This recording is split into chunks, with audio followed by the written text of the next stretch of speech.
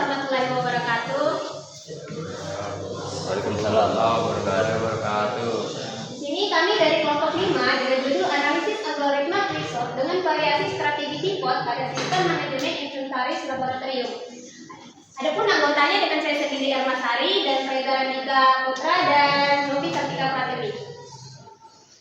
Next. Adapun latar belakangnya, di mana pengelolaan inventaris laboratorium ini membutuhkan sistem yang mampu mengelola dan menguruskan data secara efisien. Seiring bertambahnya jumlah aset, jumlah proses pengurusan data secara manual itu menjadi kurang efektif. Jadi untuk mengatasi permasalahan tersebut digunakan algoritma Quickshot serta yang menerapkan metode divide and conquer. Oleh karena itu dikembangkan aplikasi Qpenta yang berbasis PQP6 untuk pengelolaan inventaris laboratorium sekaligus analisis performa strategi pemilihan pivot pada algoritma Quickshot. Next.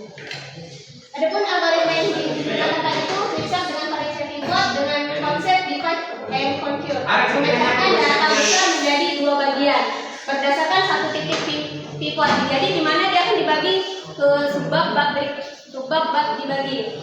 Terus itu variasi strategi pivot yang diuji itu pada elemen pivot pada elemen awal dia akan mengambil data indeks pertama. Pivot elemen tengah dia mengambil data di posisi tengah sebagai penyeimbang. Terus pivot elemen acak dia akan mengambil data secara random.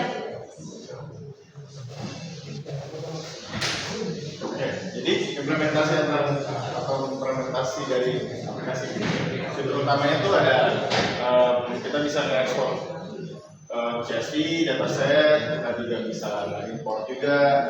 Terus ada pengurutan berdasarkan harga, stok, visualisasi, grafik, kinerja, dan perbandingan. Next.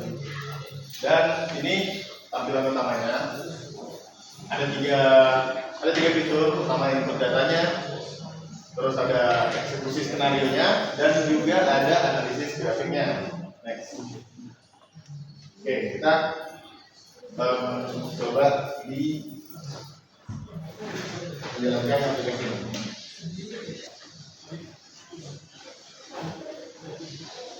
Ya. Jadi di sini kita bisa mengimport data. Kita menggunakan data inventaris.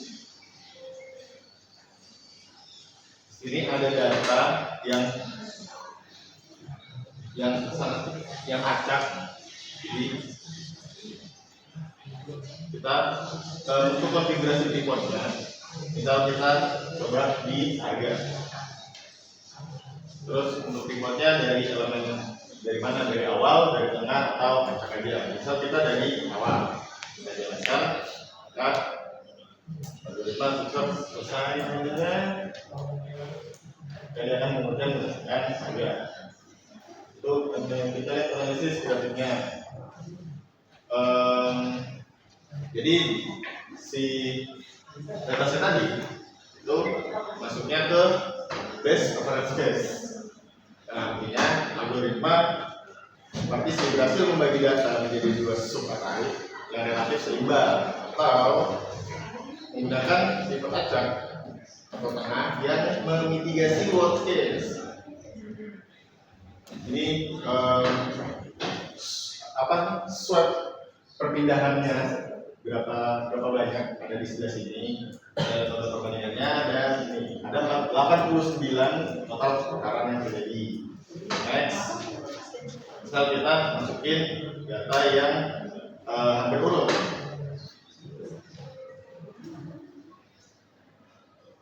Ini datanya hampir urut, jadi kita coba mungkin dari tahun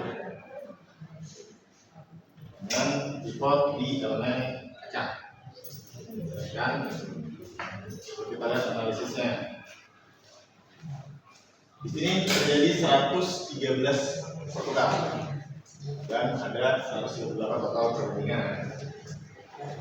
Dan yang terakhir kita coba untuk data yang buruk, worst case, atau data yang sudah terburuk. Kita coba lihat dari stok dan elemen tengah. dihilangkan. Lalu kita lihat grafiknya.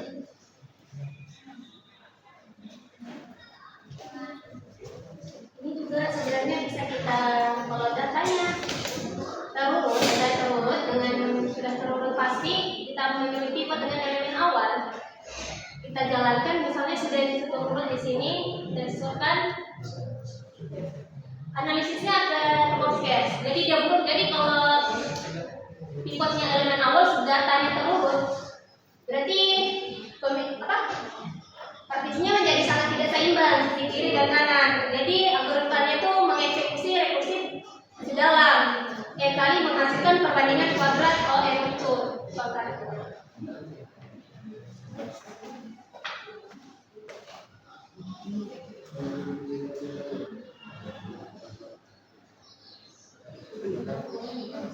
Nah, dari papan aplikasi Kepler tadi ada satu bukti, yaitu data cara random simulasi data inventaris yang baru masuk dan tidak beraturan. Kedua, data tersebut simulasi data yang sudah rapi untuk melihat kelemahan algoritma. Ketiga, data hampir tersebut kondisi paling umum di lab di mana sebagian besar data sudah rapi namun ada sisipan baru. Analisis kompleksitas di O, hasil terbaik dan rata-rata yaitu O N log N. Jadi saat partisi data terbagi seimbang, hasil dicapai menggunakan pivot tengah dan pivot acak pada hampir semua skenario data. Kasus terburuknya yaitu O N kuadrat terjadi saat partisi sangat timpang atau satu sisi penuh dan sisi lainnya kosong.